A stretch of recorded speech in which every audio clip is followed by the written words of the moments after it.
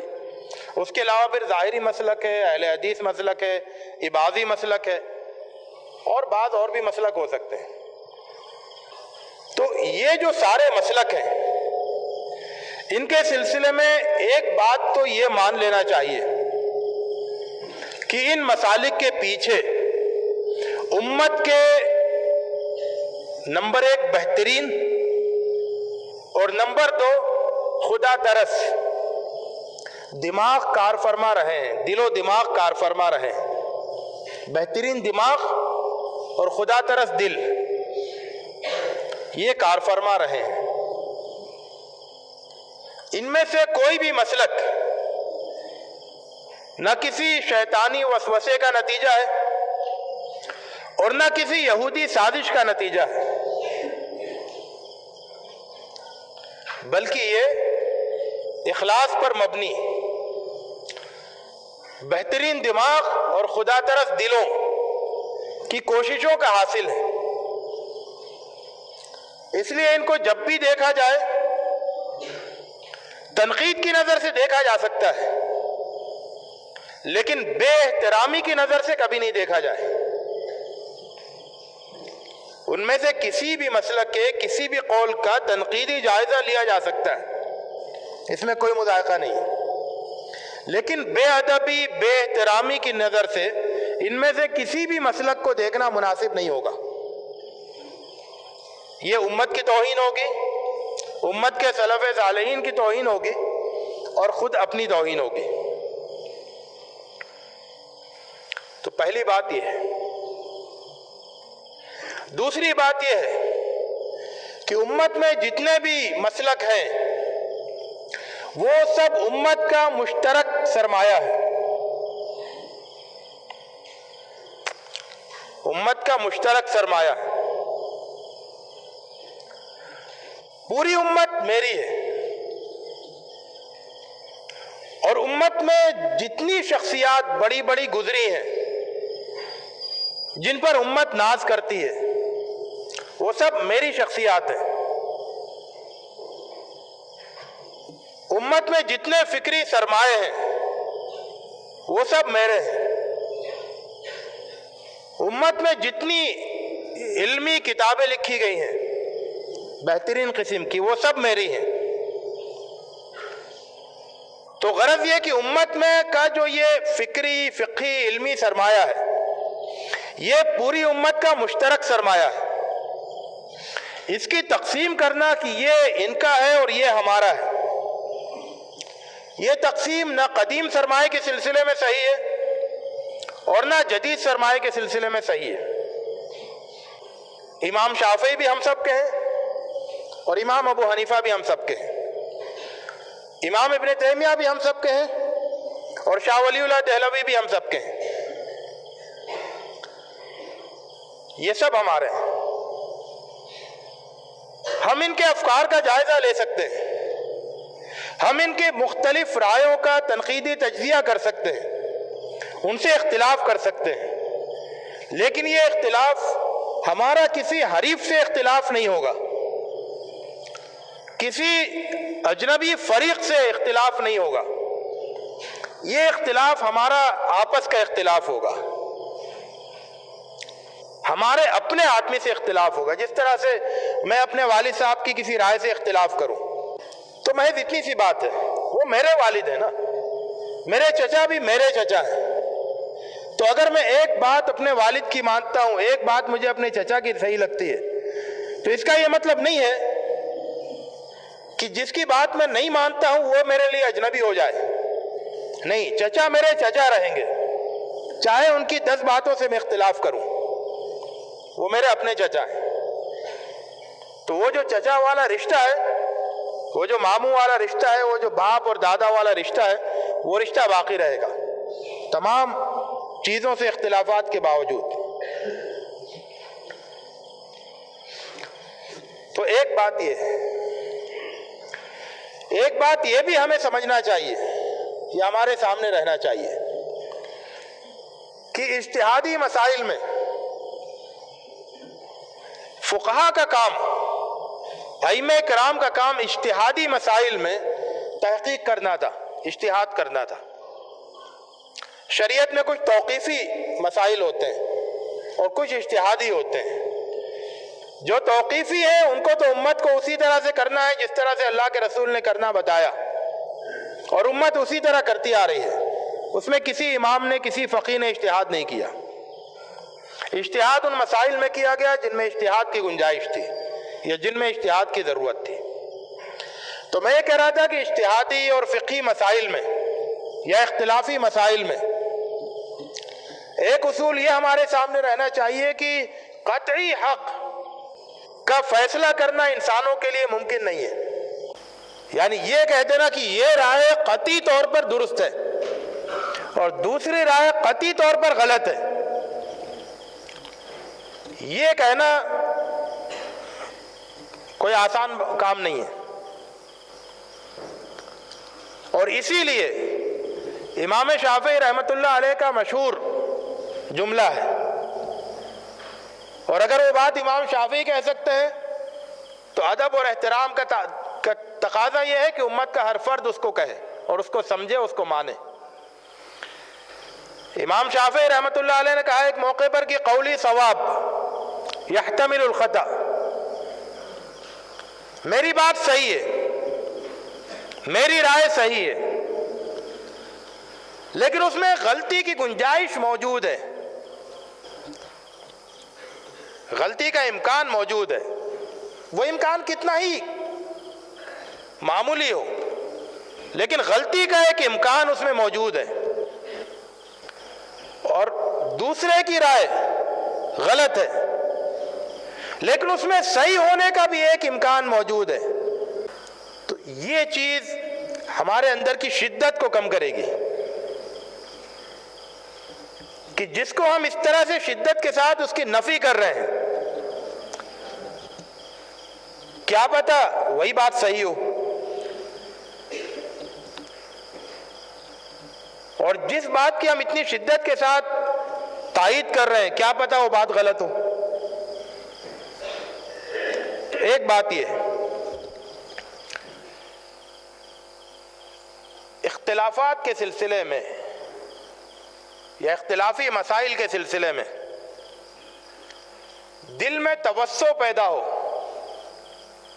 اس کے لیے اختلافی مسائل سے آگاہی ضروری ہے۔ اس کے لیے اختلافی مسائل سے آگاہی ضروری ہے۔ حضرت قتادہ کا ایک مشہور قول ہے، کہتے ہیں کہ جسے اختلاف کا علم نہیں ہو تو اس کی ناک نے فقہ کو سونگھا بھی نہیں ہے، فقہ کی مہک بھی اس کی ناک تک نہیں پہنچی ہے۔ علامہ یوسف قرضاوی یہ کہتے ہیں کہ اس کا مقصد یہ ہے، اس کا منشا یہ ہے کہ آدمی جب کسی مسئلے میں تمام اقوال سے واقف ہو جاتا ہے کہ اس میں کتنی رائے ہیں، ان رائےوں کے کیا دلائل ہیں، جب وہ ان سے واقف ہو جاتا ہے تو اس کا دل ان تمام رائےوں کے سلسلے میں اس کے اندر ایک کشادگی پیدا ہو جاتی ہے۔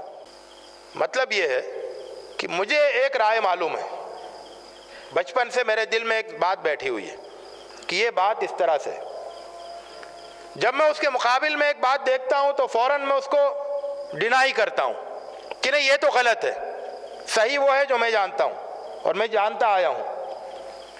لیکن جب میں اس کے بھی دلائل پڑھتا ہوں، اپنے بھی دلائل پڑھتا ہوں، اور بھی رائے مجھ کو معلوم ہوتی ہیں ان کی بھی دلائل پڑھتا ہوں اسی ایک مسئلے کے سلسلے میں، تو پھر میں کہتا ہوں کہ نہیں، وہ جو دوسرا قول تھا جس کو میں بالکل ڈینائی کر رہا تھا اس کے ساتھ بھی تو اچھی خاصی دلیلیں ہیں،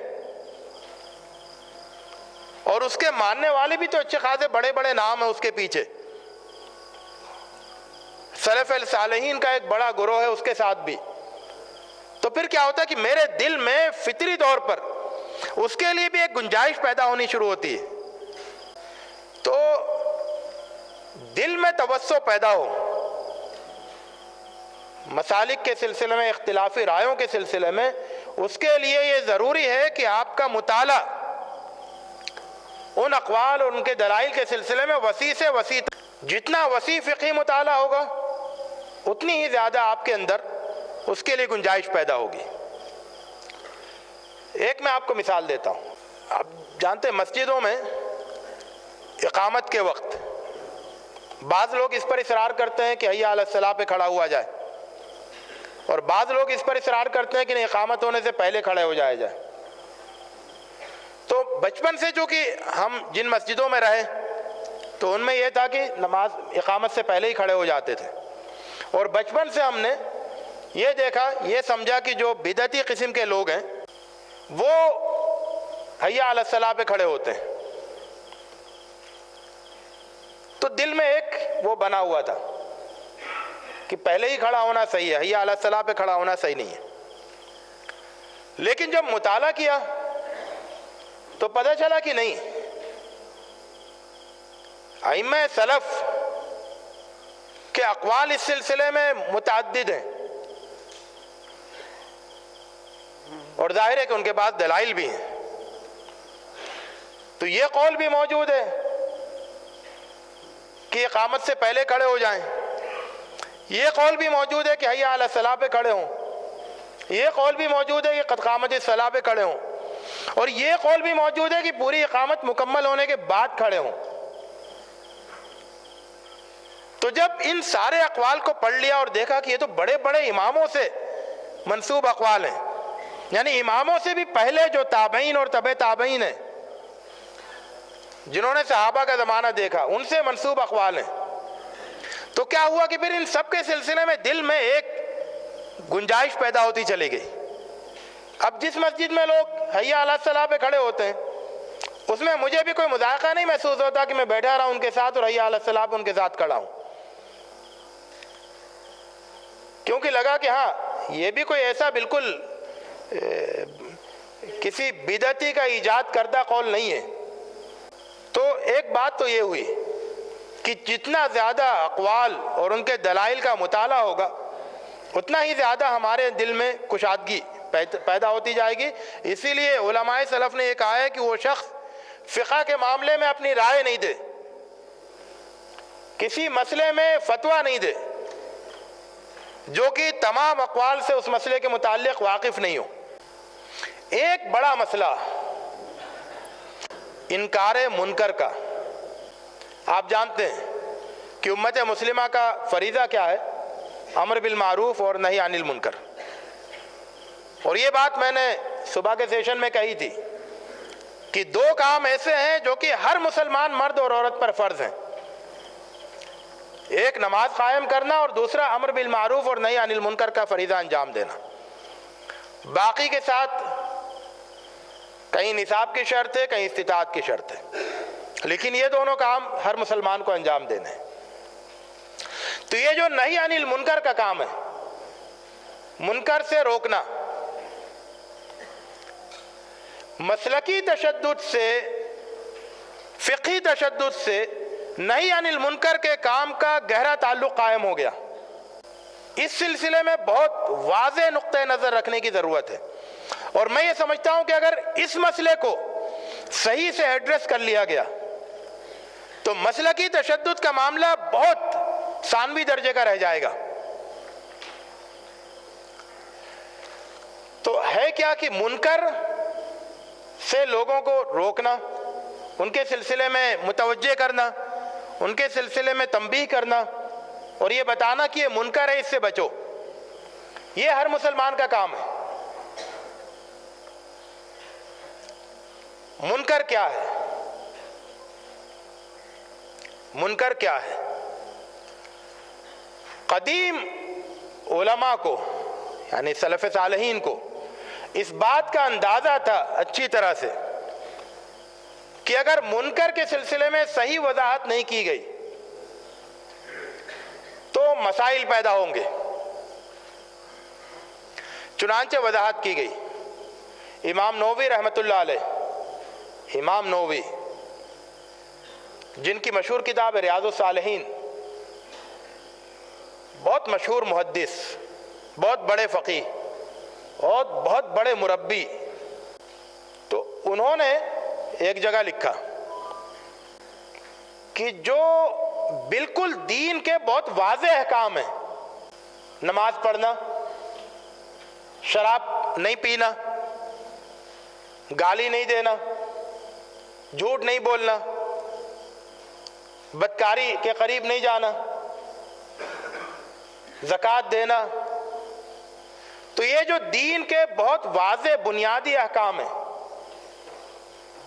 والدین کے ساتھ حسن سلوک کرنا، انہیں نہیں ستانا، تو ان کے سلسلے میں تو سب لوگ امر بالمعروف اور نہی عن المنکر کا کام کر سکتے ہیں، کیونکہ ایسا کرنے سے کوئی مسئلہ نہیں پیدا ہوگا بلکہ خیر ہی پھیلے گا اور شر سمٹے گا۔ لیکن وہ مسائل جن میں اجتہاد کی ضرورت ہے، علم اور تفقہ کی ضرورت ہے، تو ان کے سلسلے میں ان کا یہ کہنا ہے کہ علماء کا کام ہے کہ وہ امر بالمعروف اور نہی عن المنکر کا کام کریں۔ اہل علم جو یہ سمجھتے ہیں کہ یہ حق ہے، یہ صحیح ہے اور یہ غلط ہے، اپنے علم کی بنیاد پر، اور جس کو کہ ایک عام آدمی نہیں سمجھ سکتا۔ اس کے بعد اور آگے بڑھ کر کہتے ہیں کہ علماء بھی صرف انہی چیزوں پر نکیر کریں، صرف انہی چیزوں کو ڈینائی کریں، انہی چیزوں پر کریٹیسائز کریں جن پر کی سب کا اتفاق ہو، جن کے غلط ہونے پر، جن کے غلط ہونے پر سب کا اتفاق ہو، انہی پر علماء بھی تنقید کریں، نہی عن المنکر کا کام کریں۔ اور جن چیزوں کے سلسلے میں لوگوں میں اختلاف ہو، یعنی اختلافی مسائل، ان کے سلسلے میں علماء بھی انکار منکر کا کام نہیں کریں، علماء بھی ان کے سلسلے میں انکار منکر کا کام نہیں کریں۔ اور اس کے بعد انہوں نے یہ کہا کہ اگر کوئی شکل ایسی بنتی ہو کہ وہ لوگوں کو سمجھا کے لوگوں کو ایک رائے پہ لے آیا جائے، تو ایسی کوشش بھی اسی وقت درست ہوگی جبکہ وہ بے انتہا نرمی، رفق اور نرمی کے ساتھ اگر وہ کام کیا جائے کہ جس کے نتیجے میں کوئی ریئیکشن نہیں ہو۔ اب دیکھیے، یہ ہے اصولی بات کہ منکر وہ ہے جس کے منکر ہونے پر مسلمانوں میں ایک اتفاق رائے پایا جاتا ہو، لیکن جس کے سلسلے میں الگ الگ رائے ہوں ان کے سلسلے میں انکار منکر نہیں کرنا ہے۔ صورتحال کیا ہے؟ صورتحال یہ ہے اس وقت کہ جن کے منکر ہونے کے سلسلے میں اتفاق پایا جاتا ہے، ان کے سلسلے میں تو نہی عن المنکر کا کام برائے نام ہو رہا ہے، ہو ہی نہیں رہا ہے۔ جن امور کے سلسلے میں، جن معاملات کے یا جن کاموں کے منکر ہونے کے سلسلے میں مسلمانوں میں اتفاق رائے پایا جاتا ہے، ان کے سلسلے میں نہی عن المنکر کا کام نہیں ہو رہا ہے۔ اور جن امور کے سلسلے میں مسلمانوں میں اختلاف رائے پایا جاتا ہے، انہی کے سلسلے میں نہی عن المنکر کا کام ہو رہا ہے۔ آپ دیکھ لیں، اپنے آس پاس جائزہ لیں۔ یعنی ایک مثال کے طور پر ایک بریلوی مسجد ہے، تو اس مسجد میں جو نماز پڑھنے آ ہی نہیں رہا ہے، اس کی کسی کو فکر نہیں ہے کہ اس کو جا کے کہے کہ تم نماز پڑھنے چلو۔ جو لوگ نماز پڑھنے آ گئے ہیں، اب ان کے درمیان یہ ہو رہا ہے کہ تم اقامت سے پہلے کیوں کھڑے ہو گئے، تمہاری پٹائی ہوگی، تم نماز کے بعد سلام کے لیے کیوں نہیں کھڑے ہوئے، تمہیں ماریں گے۔ تو اب کیا ہوا کہ جو اختلافی مسائل ہیں ان میں نہی عن المنکر کا کام ہو رہا ہے، اور یہی معاملہ باقی تمام چیزوں میں بھی ہے۔ یعنی اہل حدیث، حنفی، دیوبندی، بریلوی، شافعی، مالکی، سب کے درمیان جو بھی نہی عن المنکر کا کام چل رہا ہے، عام طور سے وہ اختلافی مسائل میں چل رہا ہے، اور اس کی وجہ سے مسلکی تشدد بڑھ رہا ہے۔ تو مسلکی تشدد کو روکنے کا طریقہ کیا ہے کہ نہی عن المنکر کے اس ضابطے کو، جس کو سب لوگ ذکر کرتے ہیں تمام بڑے علماء اس ضابطے کو ذکر کرتے ہیں، تو اس کی پابندی کی جائے کہ یہ اختلافی مسئلہ ہے، میں نہیں بولوں گا، پڑھنے دو یار، تم بھی پڑھو، جیسے پڑھو، اختلافی مسئلہ ہے نا، کرو کام۔ آؤ چل کے سب لوگ ان مسائل کو دیکھتے ہیں، ان معاملات کو دیکھتے ہیں جو کہ کھلے ہوئے منکر ہیں، جن کے منکر ہونے میں کسی کا اختلاف نہیں ہے، اور جن کے منکر ہونے کے باوجود اور اس پر اتفاق ہونے کے باوجود کوئی ادھر جا کے روکنے کو تیار نہیں ہے۔ شراب خانے چل رہے ہیں، کسی مولوی کا وہاں جا کے جھگڑا نہیں ہوتا کسی شرابی سے۔ دکانوں میں سودی کاروبار چل رہے ہیں، کسی مفتی کا وہاں جا کے ٹکراؤ نہیں ہوتا۔ جو بھی ٹکراؤ ہے وہ مسجد کے اندر اختلافی مسائل کو لے کر ہے۔ تو چونکہ کسی بھی معاملے پر جب ہم نکیر کرتے ہیں، جب ہم کہتے ہیں کہ تم یہ غلط کر رہے ہو، تو شدت آ جاتی ہے، کیونکہ میں یہ سمجھتا ہوں کہ میں صحیح کر رہا ہوں اور آپ کہتے ہیں کہ تم غلط کر رہے ہو، فوراً ریئیکشن ہوتا ہے۔ اسی سے بچنے کے لیے کہا گیا کہ جو اختلافی مسائل ہیں، مسلکی مسائل، ان کے سلسلے میں انکار منکر مت کرو، تو پھر ریئیکشن بھی نہیں ہوگا اور اس میں شدت بھی نہیں آئے گی۔ پھر کیا ہوا کہ قدیم زمانے سے جو ایک مناظرے بازی کا جو ٹرینڈ چلتا رہا، اس کے نتیجے میں یہ ہوا کہ مسائل کے اوپر تشدد کی دھول جم گئی، ان کی اصل صورت بگڑ گئی۔ تو ایک کام یہ بھی ہے کہ ان قدیم مناظروں سے اور ان قدیم بحثوں سے سارے مسائل کو الگ ہٹا کر دیکھا جائے۔ خیر یہ ایک گہری بحث ہے، اس میں زیادہ دور تک نہیں جاؤں گا، اس کو یہیں چھوڑ دیتا ہوں۔ ایک جو بہت اہم چیز ہے جس پر میں نے اس سے پہلے لکھا بھی ہے اور آپ لوگوں کے میں سے بعض لوگوں کے سامنے بات رکھی بھی ہے کہ ایک سبق ہے جس کو امت بھولی ہوئی ہے، اور وہ امت کا اپنا سبق تھا، وہ ہے اختلاف تنوع کا سبق۔ اختلاف تنوع، اختلاف کی دو قسمیں ہیں، ایک ہوتا ہے اختلاف تضاد اور ایک ہوتا ہے اختلاف تنوع۔ تضاد تے ضاد الف دال، تضاد، اور تنوع تے نون واو عین۔ اختلاف تضاد یہ ہوتا ہے کہ یہ چیز حرام ہے اور کوئی اس سے اختلاف کرے کہ نہیں یہ حلال ہے، تو یہ تضاد کا اختلاف ہے، یہ تضاد کا اختلاف ہے۔ 3 طلاق ایک ہوگی یا 3 ہوں گے، یہ تضاد کا اختلاف ہے، یا تو 3 ہوگی یا 1 ہوگی، دونوں نہیں ہو سکتی، تو یہ تضاد کا اختلاف ہے، واقعی تضاد کا اختلاف ہے۔ ایک اختلاف ہے تنوع کا۔ تنوع کے اختلاف میں یہ ہوتا ہے کہ آپ یہ کرتے ہیں اور میں یہ کرتا ہوں، آپ کی یہ رائے ہے میری یہ رائے ہے، اور دونوں صحیح ہو سکتی ہے۔ آپ نماز کے شروع میں سبحانک اللہم و بحمدک پڑھتے ہیں، میں نماز کے شروع میں انی وجہت وجہی للذی فطرنی پڑھتا ہوں، دونوں صحیح ہو سکتے ہیں۔ آپ بسم اللہ دھیرے سے کرتے ہیں، میں بسم اللہ زور سے کرتا ہوں، دونوں صحیح ہو سکتے ہیں۔ آپ آمین دھیرے سے کہتے ہیں، میں آمین زور سے کہتا ہوں، دونوں صحیح ہو سکتے ہیں۔ تو یہ سب کیا ہے؟ یہ اختلاف تنوع ہے کہ یہ بھی صحیح ہو سکتا ہے، یہ بھی صحیح ہو سکتا ہے کہ دونوں صحیح ہوں، اور بہت ممکن نظر آتا ہے کہ دونوں صحیح ہوں۔ تو ایسی بہت ساری مثالیں ہیں شریعت میں جن کا تعلق اختلاف تنوع سے ہے۔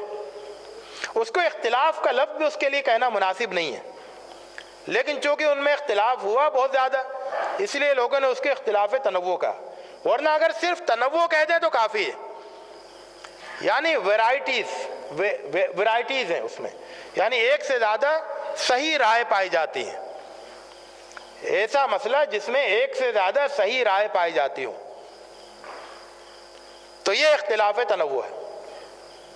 اختلاف تنوع میں ظاہر ہے کہ جب سب صحیح رائے ہیں تو ہمیں سب کو صحیح مان لینا چاہیے، ہمیں سب کو صحیح مان لینا چاہیے۔ یہ اتفاق کی بہت بڑی شکل ہے، بہت زبردست شکل ہے اتفاق کی۔ اختلاف تنوع دراصل اتفاق کی ایک بہت زبردست شکل ہے. دیکھیں اتفاق کی ایک شکل یہ ہوتی ہے کہ ایک رائے میری ہے ایک رائے آپ کی ہے اور ہم دونوں یہ کہیں کہ کسی ایک رائے پر اتفاق کرو پہلے, تب ہم دونوں متفق ہوں گے, تب ہم دونوں میں دوستی ہوگی. میری ایک رائے ایک آپ کی رائے, پہلے ایک رائے پر اتفاق کرو تب ہم دونوں میں دوستی ہوگی. ایک طریقہ یہ ہے. تو پھر کسی ایک کو دستبردار ہونا پڑے گا اپنی رائے سے تاکہ دوستی ہو جائے. اور ایک طریقہ یہ ہے دوستی کا کہ تم اپنی رائے پر رہو میں اپنی رائے پر رہوں, تمہاری رائے بھی صحیح ہے میری رائے بھی صحیح ہے, اور ان دونوں رائےوں کو باقی رکھتے ہوئے ہم دونوں دوستی کریں. یہ اتحاد اتفاق اور دوستی کی ایک بہت ہی مثالی شکل ہے کہ رائےوں کو باقی رکھتے ہوئے, مختلف رائےوں کو باقی رکھتے ہوئے دوستی کر لی جائے. یہ کام یہ امت کا ایک امتیاز تھا پرانے زمانے میں. صحابہ کرام کے زمانے میں یہ امت کا امتیاز تھا کہ وہ سفر پہ نکلتے تھے, کوئی روزہ رکھتا تھا کوئی روزہ نہیں رکھتا تھا. حدیث میں آتا ہے کہ نہ یہ اس کو پر نکتہ چینی کرتے تھے نہ یہ اس پر نکتہ چینی کرتے تھے. جہاد کے لیے سب جا رہے ہیں, رائے الگ الگ ہے روزہ رکھنے کے سلسلے میں. ٹھیک ہے آپ روزہ رکھیے میں روزہ نہیں رکھتا ہوں, تنوع کا اختلاف ہے, یہ بھی صحیح ہے اور یہ بھی صحیح ہے. تو یہ جو سبق ہے یہ امت کو یاد دلانا بہت ضروری ہے. میری جو تحقیق ہے نماز کے طریقے کے سلسلے میں, اور جس پر کتاب آپ کے علم میں ہوگی نماز کے اختلافات اور ان کا آسان حل, اس میں یہ بات میں نے تفصیل کے ساتھ بتائی ہے کہ نماز کے طریقے کے سلسلے میں یہ بات پورے اطمینان کے ساتھ کہی جا سکتی ہے کہ اس میں جتنے بھی اختلاف پائے جاتے ہیں طریقے کو لے کر وہ سب تنوع کے اختلافات ہیں. یعنی سب کی رائے صحیح ہے اور سب کے طریقے صحیح ہیں, اور دن بدن مجھے اس پر اطمینان بڑھتا ہی جا رہا ہے. تو اگر یہ بات خاص طور سے نماز کے سلسلے میں یہ بات اس لیے بتانی ضروری ہوئی کیونکہ مسلکی اختلاف, دیکھیے ایک ہوتا ہے نا جب کہیں زلزلہ آتا ہے, تو جب زلزلہ آتا ہے تو اس کا ایک مرکزی دائرہ ہوتا ہے, وہاں پر تباہی زیادہ پھیلتی ہے, پھر ڈائیلوٹ ہوتا جاتا ہے, اس کی طاقت جو ہے نا کم ہوتی چلی جاتی ہے اور تباہی کم ہوتی جاتی ہے, لیکن ایک مرکزی علاقہ ہوتا ہے اس کا. تو اسی طرح سے مسلکی اختلافات کا ایک مرکزی علاقہ ہے جہاں پر کہ اس اختلاف کے برے اثرات زیادہ پائے جاتے ہیں اور زیادہ قوت کے ساتھ نظر آتے ہیں, یعنی ڈیمیج زیادہ ہوتا ہے, اور وہ ہے نماز اور مسجد. مسجد اور نماز. تو مسجد کے اندر, مسجد کی باؤنڈری کے اندر نماز کے مسائل کو لے کر امت میں سب سے زیادہ اختلافات پائے جاتے ہیں. باہر بازار میں تو مجھے ابھی تک کوئی مسلکی اختلاف نظر نہیں آیا. خاندانی معاملات میں ایک طلاق کو لے کر کبھی کبھی کچھ ہو جاتا ہے, ورنہ تو خاندان میں بھی کوئی بہت زیادہ مسلکی اختلافات نظر نہیں آتے گھر کے اندر گھریلو معاملات میں. اور تفریح گاہوں میں اور پارکوں میں وہاں تو کوئی مسلکی اختلاف دکھتا ہی نہیں. تو ہے کیا نا کہ وہ ڈائیلوٹ ہوتا چلا گیا ہے جو اختلاف ہے. حالانکہ اختلافی مسائل ہیں, تفریح سے بھی متعلق ہیں, بازار سے بھی متعلق ہیں, کارخانوں سے بھی متعلق ہیں, کھیتی باڑی سے بھی متعلق ہیں, لیکن وہ ظاہر نہیں ہوتے بعض وجوہات سے. لیکن جو مسجد اور نماز ہے نا, تو وہاں پر اختلافات پوری قوت پوری شدت کے ساتھ ہلاتے ہیں, امت کو ڈیمیج کرتے ہیں. تو اگر اس ایشو کو ایڈریس کر لیں مسجد اور نماز کو, تو مسلکی اختلافات کا ایک بہت بڑا جو ایریا ہے نا, وہ جو طاقت والا ایریا ہے, قوت والا, وہ آپ کے کنٹرول میں آ جائے گا۔ تو اس لیے میں نے اس کتاب کا عنوان جو ہے وہ صرف اس کتاب کو خاص رکھا، نماز کے اختلافات اور ان کا آسان حل۔ تو اس میں جو بات بہت وضاحت کے ساتھ پیش کی وہ یہ کہ نماز کے سلسلے میں جو بھی اختلافات ہیں وہ تنوع کے اختلافات ہیں، اس میں سب کے طریقے صحیح ہیں، سنت کے مطابق ہیں اور بالکل درست ہیں۔ ہر ایک دوسرے کی نماز کا احترام کرے اور اپنی نماز پر قائم رہے، اور جب جس کا جی چاہے دوسرے کے طریقے کے مطابق میں نماز پڑھ لے۔ اس میں کوئی مذائقہ نہیں ہے کہ میں کبھی رفع دین کروں کبھی رفع دین نہیں کروں۔ میں نماز میں بسم اللہ دھیرے سے پڑھتا تھا، اب کیرلا میں ہوں، وہاں ایک مسجد میں 2-3 وقت کی نماز محلے کی مسجد میں پڑھاتا ہوں، جہری نمازیں، تو وہاں پر بسم اللہ زور سے پڑھی جاتی ہے تو میں زور سے بسم اللہ پڑھتا ہوں۔ وہاں فجر کی نماز میں دعائے قنوت پڑھی جاتی ہے تو میں بھی فجر کی نماز میں دعائے قنوت پڑھا دیتا ہوں، اور بالکل کوئی حرج محسوس نہیں ہوتا، بالکل لگتا ہے کہ یہ بھی بالکل صحیح نماز ہے۔ کبھی یہ محسوس نہیں ہوا دلائل کی روح سے بھی اور حقیقت کی روح سے بھی اور احساس کے تعلق سے بھی کہ اس کے اندر کوئی کمی پائی جاتی ہے، اور نہ کبھی اپنی پچھلی نماز پر کوئی شرمندگی ہوئی۔ تو یہ بات جو ہے نا ہمارے سامنے واضح رہنا ضروری ہے کہ اختلافات تنوع کا جو اختلاف ہے اس کو تضاد کا اختلاف نہیں بنایا جائے تو ہمارے بہت سارے مسائل حل ہو جائیں گے۔ تو یہ کچھ باتیں تھیں جو میں نے آپ کے سامنے رکھی ہیں، ہو سکتا ہے سوال جواب کے وقفے میں اور زیادہ وضاحت ہو جائے۔ بنیادی باتیں یہ ہیں، آپ لوگ سوالات پر غور کیجئے۔ ایک نکتہ رہ گیا ہے، وہ اگر مسلمان مثالی رویہ اختیار کرے اپنی زندگی میں، اسلام کا مثالی رویہ، تو اس اختلاف کی نوبت ہی نہیں آئے جس کو ہم تضاد کا اختلاف سمجھتے ہیں۔ اس کی ایک مثال 3 طلاقوں کی ہے کہ 3 طلاق میں واقعی بہت بڑا مسئلہ ہے، بہت ساری کتابیں لکھی گئیں، بہت ساری بحثیں ہوئیں اور ابھی بھی جاری ہیں کہ 3 طلاق 3 ہوتی ہے یا 1 ہوتی ہے۔ لیکن یہ 3 طلاق دینا کیا یہ ایک مثالی رویہ ہے؟ یہ اصل میں یہ تو مثالی رویہ ہے ہی نہیں، یہ تو ایک غلط کام ہے کہ کوئی ایک مجلس میں 3 طلاق دے دے۔ تو اگر مسلمان اسلام پر عمل کریں گے اور اسلام کی مثالی تعلیمات پر تو 3 طلاق کی نوبت ہی نہیں آئے گی کہ کوئی ایک مجلس میں 3 طلاق دے، اور جب نہ 3 طلاق نہیں دیں گے تو پھر یہ بحث بھی نہیں ہوگی کہ 3 طلاق 1 ہوتی ہے یا 3 ہوتی ہے۔ تو یہ تو ہونا یہ چاہیے کہ جو بھی طلاق دیتا ہے وہ 1 طلاق دے۔ شاذ و نادر 1 لاکھ میں کوئی ایک کیس 3 طلاق کا آ جائے، لاکھوں میں کوئی ایک کیس 3 طلاق کا آ جائے تو اس پر اختلاف ہو جائے کہ 3 ہوگی یا 1 ہوگی۔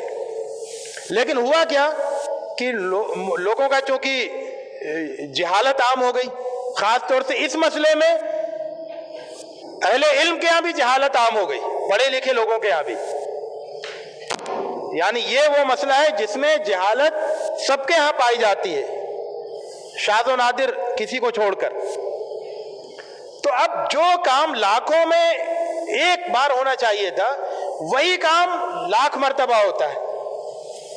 تو ایسا لگا کہ یہ 3 طلاق جو ہے یہ ایک بنیادی ایشو ہے کہ 3 طلاق 1 ہوگی یا 3 ہوگی، حالانکہ یہ بنیادی ایشو تھا ہی نہیں۔ بنیادی ایشو تو یہ تھا کہ 1 طلاق 1 ہوگی اور اس پر سب کا اتفاق ہے، سارے مسلکوں کا، سارے اماموں کا اس پر اتفاق ہے کہ 1 طلاق 1 ہوگی اور وہ مکمل طلاق ہوگی۔ 1 طلاق جو ہے 1/3 طلاق نہیں ہوگی، 1 طلاق 1/3 طلاق نہیں ہوگی، 1 طلاق مکمل 1 طلاق ہوگی۔ لوگوں میں کیا بات عام ہو گئی کہ 1 طلاق 1/3 طلاق ہوتی ہے، 1/3، اور یہیں سے پھر جو بھی دیتا ہے 1/3 کیوں دوں گا، میں تو پوری دوں گا، تو پوری 3 طلاق دیتا ہے۔ تو جس کے نتیجے میں یہ سوال پیدا ہوتا ہے کہ وہ 3 ہے یا 1 ہے۔ لیکن اگر آپ یہ مان لیں کہ 1 طلاق 1/3 نہیں ہوتی ہے بلکہ مکمل 1 طلاق ہوتی ہے اور طلاق دینے والا 1 ہی طلاق دے، تو اس صورت میں 3 طلاق کی بحث جو ہمارے ہاں اتنا بڑا اسپیس لیے ہوئی ہے ہماری بحثوں میں اور ہمارے ذہنی کوششوں میں، تو وہ بالکل پیچھے چلی جائے گی، اس پر گفتگو ہی نہیں ہوگی کیونکہ وہ مسئلہ ہی نہیں آئے گا سامنے۔ جب لوگ اسلامی تعلیمات کا دامن صحیح طور سے تھام لیں گے۔ تو ایک بات یہ ہے کہ اختلافی مسائل پیدا اس وقت بھی ہوتے ہیں جبکہ ہم مثالی رویے کو چھوڑ دیتے ہیں، مثالی رویے کو، اور جب ہم مثالی رویے کو اختیار کریں گے تو اختلافی مسائل، بہت سارے اختلافی مسائل پیچھے چلے جائیں گے۔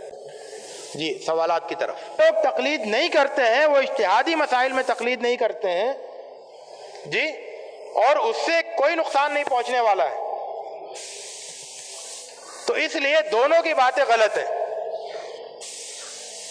یہ دونوں باتیں غلط ہیں۔ صحیح بات یہ ہے کہ اجتہادی مسائل میں جو اجتہاد کی صلاحیت رکھتا ہو وہ اجتہاد کرے گا، اور جو اجتہاد کی صلاحیت نہیں رکھتا ہوگا وہ تقلید کرے گا، اور ہر ایک اپنے اپنے سلسلے میں طے کرے گا۔ میں دوسرے کے بارے، اصل میں اور کیا ہوتا ہے، میں دوسرے کے بارے میں طے کرنے لگتا ہوں کہ تم اجتہاد مت کرو، تم تقلید کرو، تم اجتہاد کے لائق نہیں ہو۔ نہیں، اللہ تعالیٰ کے سامنے میں جواب دے ہوں کہ مجھے اجتہاد کرنا تھا یا تقلید کرنی تھی۔ تو جو اپنے آپ کے اندر یہ سمجھتا ہے کہ مجھے اجتہاد کرنا چاہیے وہ اجتہاد کرے، جو یہ سمجھتا ہے کہ مجھے تقلید کرنی چاہیے وہ تقلید کرے۔ کوئی دوسرا کسی کو پابند کیوں بناتا ہے؟ اچھا، اسی سلسلے میں دیکھیں حضور اکرم صلی اللہ علیہ وسلم نے اسی تشدد سے روکنے کے لیے کتنی اچھی تعلیم دی تھی۔ فرمایا تھا کہ جس نے اجتہاد کیا، کوشش کی مسئلہ جاننے کی، اور اس نے وہ صحیح رائے پر پہنچا تو اس کو 2 اجر ملیں گے، اور اگر وہ غلط رائے پر پہنچا تب بھی اس کو 1 اجر ملے گا۔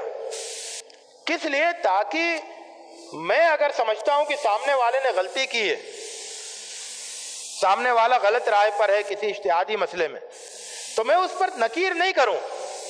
میں کیسے نکیر کر سکتا ہوں؟ اللہ تعالیٰ اس کو 1 اجر دے رہا ہے اور میں اس پر نکیر کر رہا ہوں۔ تو حضور اکرم صلی اللہ علیہ وسلم نے اس طرح سے ہمیں ایک اخلاقی ضابطہ بتایا کہ اگر کوئی ایک اختلافی مسئلہ ہے، اس میں آپ نے ایک رائے اختیار کی ہے صحیح سمجھ کر، اور دوسرے نے دوسری رائے اختیار کی ہے صحیح سمجھ کر، اور وہ رائے آپ کی نظر میں غلط ہے، تب بھی آپ اس پر نکیر مت کیجئے، کیونکہ اس کو تو اللہ تعالیٰ اجر دے رہا ہے۔ سمجھنا چاہیے کہ جن مسائل میں اہل علم کے درمیان اختلاف ہوا ہے، جن مسائل میں اہل علم کے درمیان اختلاف ہوا ہے، ان میں اختلاف اس لیے ہوا ہے کیونکہ اللہ تعالیٰ نے اختلاف ہونے کی گنجائش رکھی تھی۔ ہر مسئلے میں تو اختلاف نہیں ہوا۔ مثال کے طور پر اس میں کسی کا اختلاف نہیں ہے کہ رکوع 1 ہوگا اور سجدے 2 ہوں گے۔ نماز میں 1 رکعت میں 2 سجدے ہوں گے اور 1 رکوع ہوگا، اس میں کسی کا اختلاف ہے؟ ہاتھ اٹھائے۔ کیوں اختلاف نہیں ہے؟ کیونکہ اللہ تعالیٰ نے اختلاف کی اس مسئلے میں گنجائش نہیں رکھی ہے۔ لیکن اس میں اختلاف ہے، سلام ایک طرف پھیریں گے یا 2 طرف پھیریں گے؟ ایک سلام سے کام چل جائے گا یا 2 سلام پھیرنا ضروری ہے؟ کیونکہ اس میں اختلاف کی گنجائش تھی۔ مسالک بنانے کی ضرورت کیوں محسوس ہوئی؟ کیا اماموں نے یہ چیز محسوس کی کہ امت نماز پڑھنے کا طریقہ بھول رہی ہے؟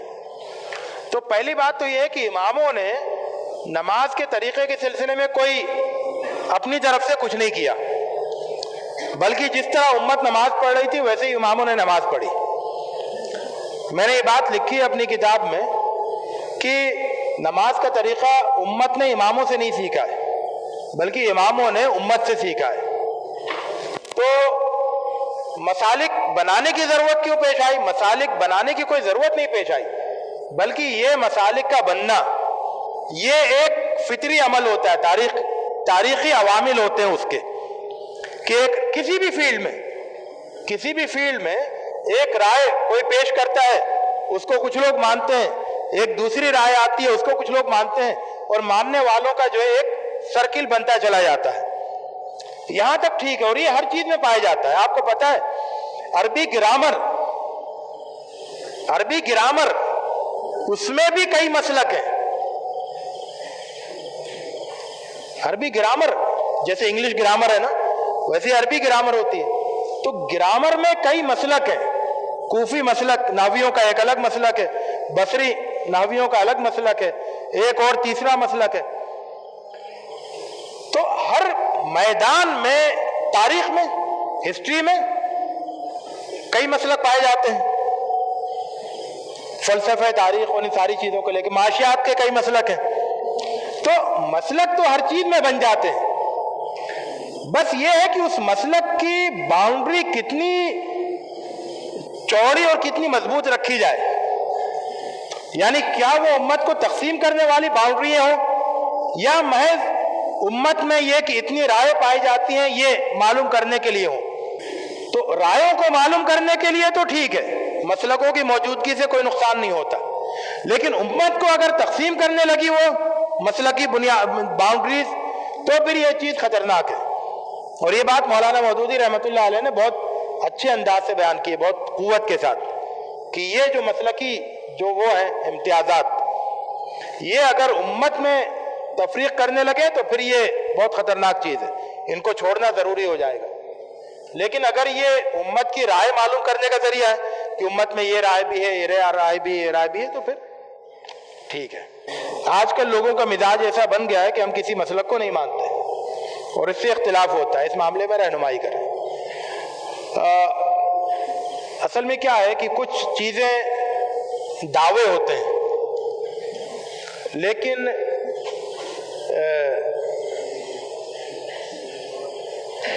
عملاً ایسا ہوتا نہیں ہے، صورت واقعہ کے مطابق نہیں ہوتے۔ تو یہ ٹھیک ہے کہ میں کسی مسلک کو نہیں مانتا، اس کا مطلب یہ ہوتا ہے کہ میں جو بھی کام کرتا ہوں اس میں پہلے پوری تحقیق کر لیتا ہوں اور ایک رائے تک پہنچ جاتا ہوں، اس کے بعد اس پر عمل کرتا ہوں۔ تو ایسا عملاً ہوتا نہیں ہے۔ عملاً یہ ہوتا ہے جو صحیح بات ہے، جو واقعتاً ہوتا ہے، وہ یہ کہ عملاً ہر آدمی کسی نہ کسی مسلک سے جڑا ہوا ہوتا ہے، اور اس کے بعد جیسے جیسے تحقیق کرتا جاتا ہے ان مسائل میں جن میں وہ تحقیق کر چکا ہوتا ہے ان میں وہ اپنی تحقیق پر عمل کرتا ہے۔ فرق سمجھ میں آیا؟ ایک تو یہ ہے کہ ایک دن میں یہ طے کروں کہ آج سے مسلک کالعدم، اور آج سے ہر مسئلے میں میری اپنی تحقیقی رائے ہوگی، تو پھر میں شروع کروں گا۔ کھانا کھانے بیٹھا تو وہ پرانس آ گئے سامنے، پرانس وہ شرمس ہے نا، جھینگے، تو میں نے فوراً جو ہے وہ حدیث کی اور قرآن کی اور فقہ کی ساری کتابیں کھول کے بیٹھ گیا کہ نہیں، اس کا مسلک مجھے نہیں معلوم ہے کہ یہ حرام ہے کہ حلال ہے کہ مکروہ ہے، تو پہلے میں تحقیق کروں گا، اس کے بعد کھاؤں گا۔ ساتھ میں پھر روٹی بھی دی، تو گیہوں کے سلسلے میں مجھے بھی تحقیق کرنا ہے۔ پھر وہ شیشے گلاس میں پانی ہے، تو اب وہ گلاس کے سلسلے میں بھی اور پانی کے سلسلے میں بھی، اور پھر میں میز کرسی پہ بیٹھ کے کھا رہا ہوں تو میز کرسی کے سلسلے میں بھی، سامنے اسپون رکھا ہوا ہے تو اس کے سلسلے میں بھی۔ تو ابھی میں پوری تحقیق کروں گا، پھر کھانا کھاؤں گا ان ساری چیزوں کے سلسلے میں۔ ایسا ہوتا نہیں ہے۔ ہوتا کیا ہے عملاً کہ ہر آدمی ایک مسلک پر عمل کر رہا ہوتا ہے اپنی پوری زندگی میں، اور اس کے بعد پھر جن جن مسائل میں وہ تحقیق کرتا جاتا ہے کہ بھائی فرانس کے سلسلے میں تحقیق ہو گئی میری کہ وہ جائز ہے، اب میں حنفی مسلک کا ہوں لیکن میں حنفی رائے کو نہیں مانوں گا، وہ کہتے ہیں کہ نہیں فرانس جو کھانا مکروہ ہے، جھینگے کھانا، صرف مچھلی کھا سکتے ہو، نہیں میں تو جھینگے بھی کھاؤں گا کیونکہ میری تحقیق مکمل ہو گئی ہے۔ تو اب اس معاملے میں میں مسلک کو نہیں مانوں گا، اس معاملے میں، جھینگے کے معاملے میں۔ لیکن تھوڑی دیر بعد میزبان نے ایک اور ڈش لا کے رکھ دی، تو اب اس کے بارے میں تو میں جو ابھی تک مسلک میرے ذہن میں اسی پر عمل کروں گا، ابھی میں تحقیق کرنے کے لیے ہاتھ روکوں گا نہیں، ہے نا؟ تو یہ ہے، سمجھ گئے نا؟ تو عملاً یہ ہوتا ہے، اور یہی صحیح بات ہے۔ یہ کہنا درست نہیں ہے کہ میں کسی مسلک کو نہیں مانتا، میں تحقیق کروں گا، نہیں، میں جس مسلک پر بچپن سے پیدا ہونے کے بعد، ہوش سنبھالنے کے بعد رہا، میرے گھر میں جو مسلک رائج رہا، چاہے وہ حنفی مسلک ہو چاہے اہل حدیث مسلک ہو، میں اسی مسلک کو مانتا آیا ہوں۔ البتہ اب اس مسئلے میں نے تحقیق کر لی تو اس مسئلے میں میری رائے یہ ہے، یہ صحیح اپروچ ہے اور یہ ایکچوئل اپروچ ہے۔ تو جس کی جو تحقیق ہو جائے وہ تو اس کا پابند ہے، اس کو اس پر عمل کرنا چاہیے. تحقیق مکمل ہونے کے باوجود دوسرے کی رائے ماننا، اپنی رائے چھوڑ دینا، اپنی تحقیق، یہ تو مناسب نہیں ہے.